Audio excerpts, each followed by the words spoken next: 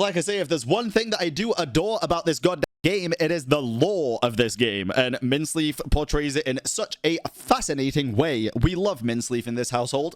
Go like, comment, and subscribe to Minceleaf. Okay. Let's get into this video, bro. Why no one can agree on Paimon's true identity. Yeah, so a lot of people obviously don't know who Paimon is right now. She's obviously going to be somebody bigger than just Paimon. A lot of people are thinking she might be Asmoday now, the shade of space.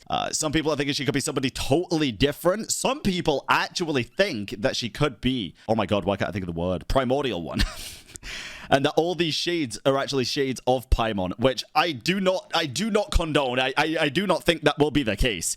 But let's dive into this video and see what Minceleaf thinks. We've spent years chasing answers about the heavenly principles, the unknown god, Paimon, and what really governs the fate of this world. But two theories keep coming back stronger than the rest. One, Paimon is actually Asmoday, the ruler of space. And two, Paimon is the heavenly principles itself. Both seem to fit the lore, but both change everything about how we see the story. So which one is true? And where does the traveler fall into... I think Paimon's been telling us the truth for a very long time, dude. She always says, this is the traveler and Paimon's Paimon. I think she's just Paimon, bro. All of this. In today's video, we're diving into two of the biggest, most game-changing theories by analyzing the recent God's Limits teaser to World Quest that probably 50% of players haven't done yet, and piecing together what could be the true endgame of Genshin Impact. Please keep in mind this video mixes confirmed lore with theory and speculation. Approach with that's my favorite type of lore video, bro. Curiosity, and please don't treat the information here as absolute fact. But before we dive in, a quick word from today's sponsor. Wait, Mizuki's here? Let me guess. Wait, therapy? Today's video is sponsored by... Oh god, okay. Okay, I'm gonna skip this because, well, listen, just keep your eyes out on the channel over the next hour and a half on YouTube. Sorry, guys. For your fairy tale escape, the vast world of elemental nations, and especially secretive gods, one entity governs it all from the shadows, the heavenly principles. But what is... It's not a sponsor, by the way. Before anyone thinks, it's much more yikes. Gods, one entity governs it all from the shadows, the heavenly principles. But what is the heavenly principles? The heavenly principles is the first and highest god that rules over Teyvat. They kind of looks like Ether. Doesn't it? They are a descender, a being from outer space who conquered Teyvat from its original rulers, the 7 dragon sovereigns. Before humans walked the earth, Teyvat belonged to the dragon race. But the heavenly principles ascended from beyond. God, I love this artwork, bro. Conquering this primordial world with the help of its 4 powerful envoys known as the Shades. Nibirius, one of these shades, directly contributed to creating life as we know it, animals, plants, and even humanity itself. Today, the heavenly principles rule from Celestia. Their authority over fate and order is absolute, and their gaze seems to stretch across every... Wait! Their authority over fate and order is absolute. 1, 2, 3, 4, 5, 6, 7. And their... Bro, how did I not notice that this was a nail? Like a remaining nail? What? How did... Oh my god, I'm brain dead. The gaze seems to stretch across every part of the world, but cracks in that authority exist. Various factions work in the shadows to overthrow the heavenly... The last nail, the nail in the coffin. And the coffin is Signora's resting place. The entirety of the old world.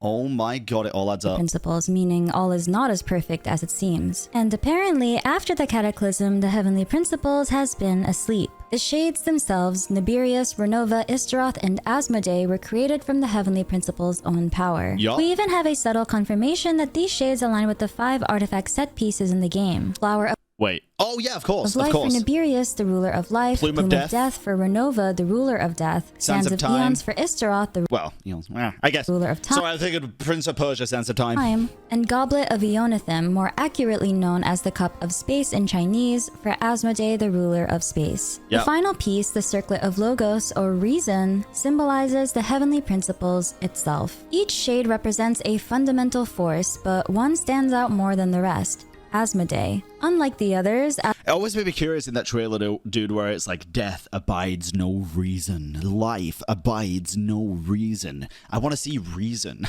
I want the Genshin community to see reason. No, but dead as I do. Asmodee's role might tie directly into one of Genshin Impact's biggest mysteries. And that brings us to our first main theory. I was thinking, what if Paimon is reason? That could be an interesting one. The shades were actually split into 5, just one smaller segment, which is reason, and then when reason grows, it's devours the rest of the shades. No, I'm kidding. Paimon is Asmoday, the ruler of space. How do we feel about this? You've probably heard it before. Paimon is the unknown god. It's a theory that's been dangled in front of us since the very beginning of Genshin Impact. Yep. Always hinted at, but never confirmed. Here's my thing with this. I think if Paimon ended up being Asmoday, I would actually be a little bit disappointed. Even though it seems quite likely. I think it was foreshadowed very early, very obviously, and a lot of people had this theory from the very beginning.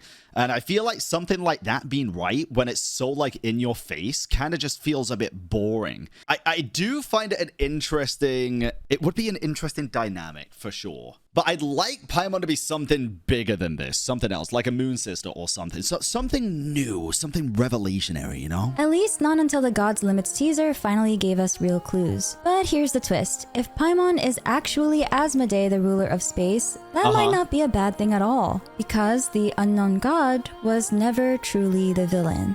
True.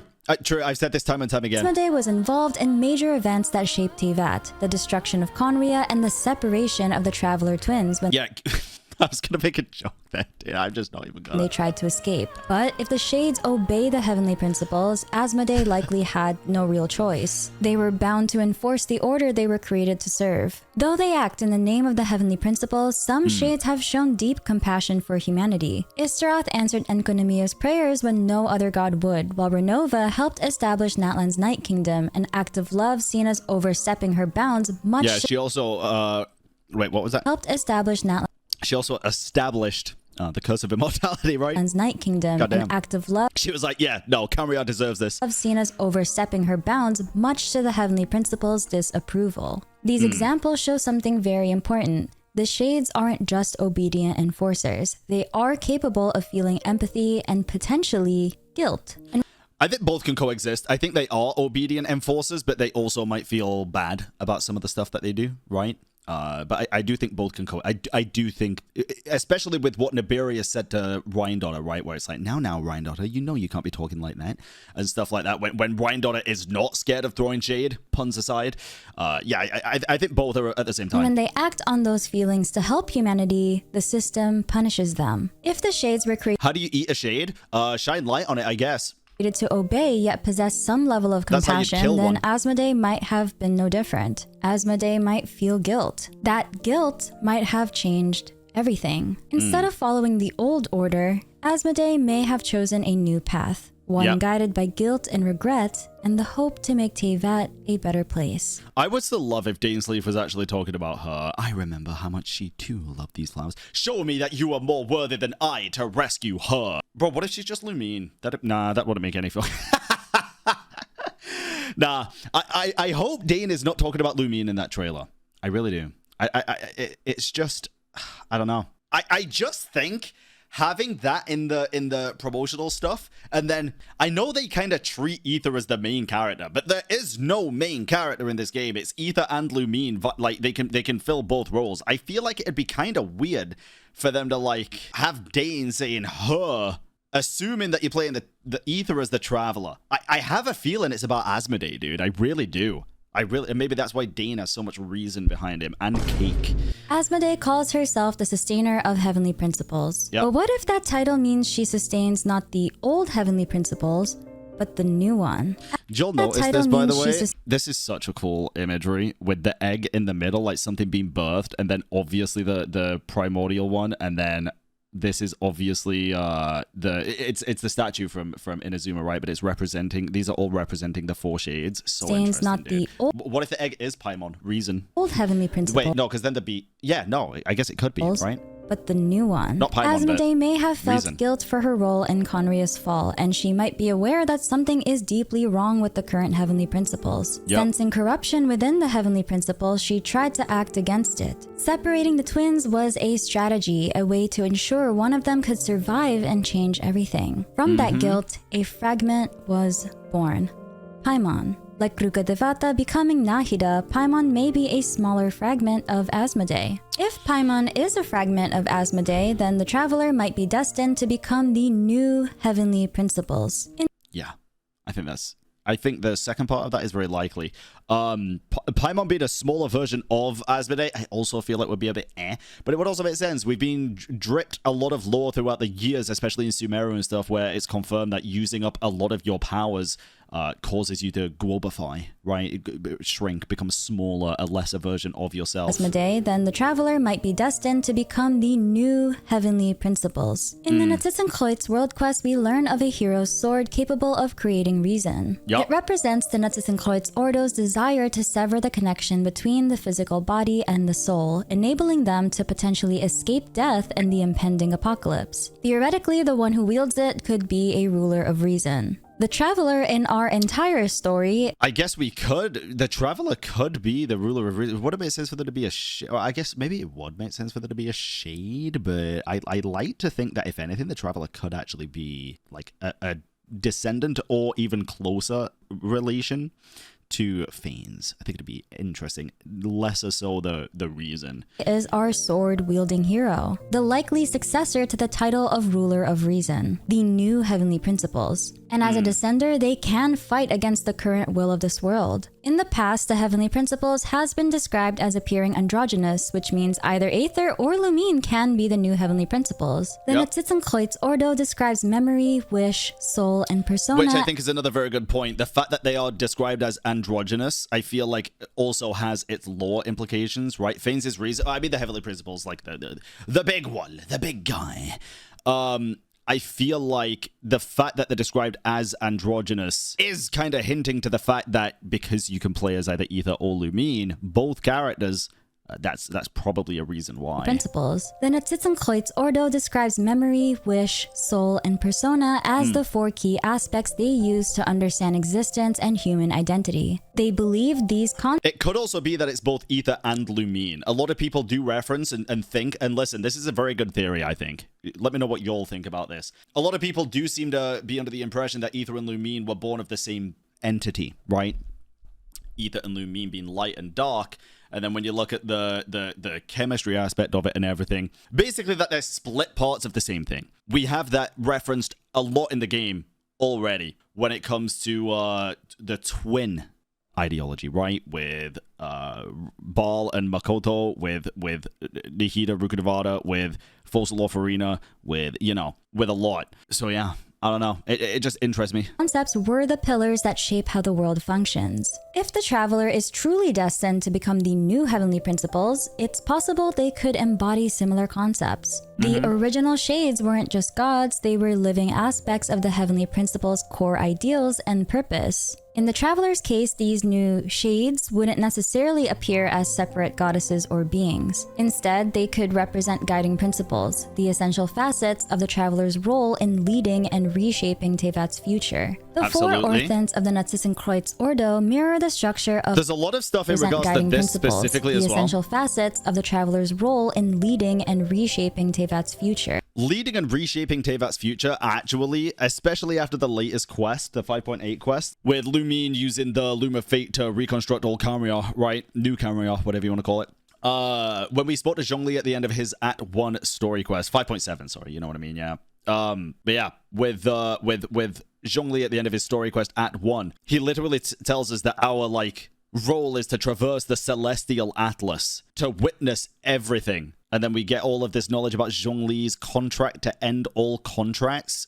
Probably something to do with us and obviously the Sarita. It makes sense if the Traveler's main goal was to go and witness everything, get the memories of all of Tevat, and then when it inevitably goes fucking boom, be able to reconstruct it somewhere else, right? I think that'd be cool. The four orthants of the Natsitsenkreuz Ordo mirror the structure of the original four shades, but they instead represent human ideals. And these four concepts directly reflect aspects of the Traveler's journey. Memory is the accumulation of experience, knowledge, and history. For the Traveler, this ties to their unique ability as a descender to remember even when Irminsul's records are altered. Nahida confirms descenders exist outside Tevat's system. And Zhongli says as long as a Traveler like you exists outside Tevat's system. And Zhongli, you are the one who crosses the Celestial Atlas and who passes through countless worlds. If our history is engraved in your memory, it will one day accompany you into another world. Tell me that's not just telling us that we're going to do what our siblings doing. Tell me it ain't. He says as long as a traveler like you is able to record what happened, then a backup of sorts will exist for times and tides of Teyvat. A backup. I'm telling you, bro, it's literally going to be the exact same thing, but we're doing it for Teyvat instead of Calmer. As a core shade, memory would make the traveler the unbroken record of history, a keeper of truth across worlds, holding onto what really happened no matter how many times reality is written. Wish is the desire or driving force behind one's actions. The traveler arrived in Teyvat as a shooting star, visually a wish come true. The traveler as the new heavenly principles carries Teyvat's collective hopes and wishes. Soul is the unchanging core of a being. While memories can fade and wishes can change, soul represents permanence, the eternal truth of a person. I like Traveler's that. essence remains unchanged, even as they switch elements or roles throughout all the nations they've been through. Unlike Teyvat's residents, the traveler is immune to corruption and corrosion. Persona is the self shaped by society. Well, Which elements or roles throughout all the nations they've been through. Unlike Teyvat's residents, the traveler is immune to corruption and corrosion. Corruption and corrosion in what sense though? Because in Skirt's quest, our soul was kind of tainted by the abyss, right? So are we fully immune to it? I don't think so. I think we definitely have a higher resistance and higher tolerance for it, but I don't think we're immune. Persona is the self shaped by society, the adaptable face shown to the world. So while soul is the permanent aspects of a human, persona is the adaptable. The traveler embodies this by switching elements, blending into each nation's culture, adapting without ever fully belonging. The new heavenly principles might need to adapt to humanity. Wasn't it stolen? Oh, I guess it was stolen when we actually did the quest, wasn't it? I'm just thinking of the trailer of the patch at this point. Yeah, I guess. I still don't think we're fully immune to it though. We definitely took, so even like when at the end of the Lantern Rite, when we absorbed Hu Tao's shit, right? We slept for a good while. We used up a lot of energy for that. I don't know, maybe. I don't know. While staying divine. The Netzitzinkreuz Ordo emphasizes that balancing these four orthants, memory, wish, soul, and persona, is the key to creating an ideal human, or preserving humanity beyond destruction. Bet Ryan has been researching that. Without one, a person is incomplete. As Dainsleif says, we humans have our humanity. We will defy this world with a power from beyond. Humanity itself may be that power, since originally they come from beyond Teyvat, a power from beyond. Oh god, oh bro, Dainsleif's gotta go to fucking the US, get a bunch of fucking guns and just come guns blazing to Celestia or something, man. And who better to guide it toward a new future than the Traveler, a perfect balance of human and fucking AC 130 above. Divine. If the Traveler is meant to become the new heavenly principles, then Paimon's role as their guide means much more than it seems. Paimon may be a fragment of... I still feel like we're Paimon's guide at this point, bro. I ain't gonna care. She don't really do shit. I feel like we're guiding her along the journey. Asmoday, a being sent to help the Traveler finish their journey and reshape the world into something new. Asmoday, it seems, has found peace with her new master. And through Paimon, she's guiding the Traveler not just to explore Teyvat, but to rebuild it. Piece by piece, nation by nation, until what was once broken becomes whole again. That was theory number one. But now, what if Paimon isn't just a fragment of Asmoday, or a guide created to serve the next ruler? That brings us to our second main theory. Paimon is the heavenly principles. Okay, how do we feel about this one? I'm gonna let it play and give my thoughts on it, but I don't necessarily... At the minute, I heavily doubt this. The very force that once ruled Teyvat now walking beside the Traveler in a smaller, but not so quiet form. This theory draws from both visual and narrative clues. In the God's Limits trailer, Paimon's design incorporates elements from all four shades. Istaroth's crown, Renova's triquetra, Nibirius' hair, and Asmoday's black star. Oh, true actually, bro. I was thinking, where the fuck is the black star? But no, that is true. Rather than linking her to just one, this suggests Paimon embodies all four at once. Meaning she's not a shade, she's all of them combined. And since the shades come from the heavenly principles, Paimon could very well be the source itself. Maybe instead of being emergency food, she will devour the emergency food, which is the four shades, and then become the heaven. Here's a subtle detail. No one in Teyvat questions Paimon. Not a single person reacts to her floating or her appearance. True. Rather than it being an oversight, it feels deliberate. The world itself seems written to normalize her presence. This could mean the heavenly principles altered Tevat's collective memory so that Paimon's existence is seen as ordinary. This isn't new in mythology. Gods often... I kind of actually like this theory, but I would still prefer her to be a moon. walk among mortals disguised, revealing themselves only when the time is right. Paimon could actively suppress people's ability to recognize her true nature. It could explain her strange existence, her floating, materializing from nowhere, and her innate knowledge of the world. Paimon's existence is something beyond reason, and the heavenly principles rules over reason. Before falling asleep after the cataclysm, the heavenly principles might have ejected a fragment of itself, Paimon, to observe the world and judge whether it deserves to continue in its current form or if it needs to be reset. Maybe in its current state, the heavenly principles can no longer intervene directly, but Traveler, as another descender, can. Paimon's role would then be to guide Traveler toward restoring or even undoing the world's current order. If history keeps repeating itself from the I do like this theory, actually. I didn't think I would at the beginning, but it does. I just like a good theory that has weight behind it, even if I disagree with it, you know? All of Hyperborea to the fall of Conria, perhaps it's time for Tevat to follow a new set of rules. The old one must be defective. Now, here's something that's been in the back of my mind since the Sumeru Archon quests. Traveler and their sibling journey between worlds. And it always felt like they're not meant to stay in Tevat forever. So maybe that's why Traveler is accompanied by Paimon. Maybe... Why would the Primordial one eject part of itself when Shades are already that and already judged Tevat, though?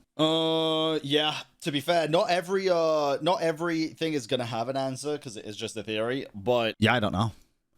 In the end, when our journey is said and done, the point of it all was for Traveler to be erased from the world's memories. Paimon, the heavenly principles, would replace Traveler in Tevat's memories and be known as the only hero of Tevat. Bro, oh my god, imagine for the end of Genshin Impact 1, we leave Paimon behind, go to a different world, and in Genshin Impact 2, we get a different companion. I've seen this idea before with Nahida replacing Rugadevata in Sumeru's memories. So to all of Tevat, there was only ever one Dendro Archon. Think of it. Paimon guides the Traveler, helps them restore Tevat, and when their journey ends, Traveler will pass their deeds to Paimon. Then Paimon will be the only one who carries their legacy as Tevat's savior, while the Traveler quietly fades from history. Genshin Impact is a game that involves the player's own journey through Tevat. The Traveler represents us. Erasing the Traveler from the world mirrors the player logging off for the final time. Damn, and then bro. Maybe we're off to the next world, but completely erasing Traveler from history. Is this something they'll be forced to do? Or is this a choice that we can make for them? Man, I love your theories, man, but a choice in my Genshin Impact? So between the two theories, is Paimon Asmoday or is Paimon the Heavenly Principles? I like both. Seriously, I'm 50-50 on both theories. I also like both. I prefer